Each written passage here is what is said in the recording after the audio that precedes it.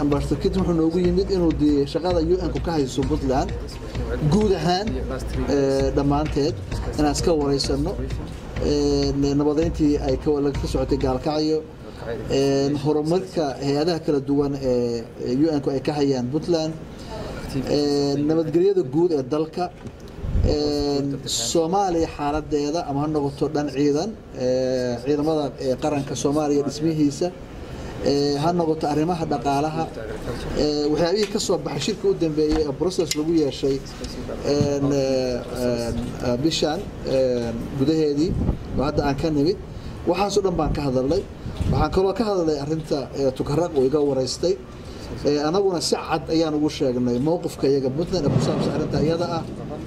gardarada iyo duulaanka qaawan ay ku soo qaadeen nimankaasi dalkan inaysan aggressionkaasuna uusan noqon doonin mid indhaha laga qarsan karo dabcan ayagu waa UN oo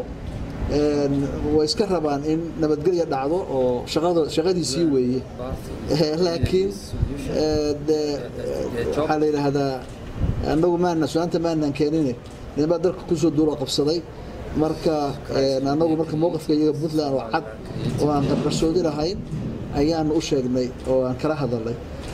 marka intaas uu weeye nabadgelyada ma jirayso dabcan ogtihiin ilaa inta dhul lagu soo duulay gardar lagu qabsan karo lagu haysan karo marka intaas maan ka wada hadalay insha Allah waxaan rajeynayaa marka inuu dad kale oo bulshooyinteena uu la kulmi doono odayaashu ka mid yihiin marka guul iyo khayr baan rajeynayaa insha Allah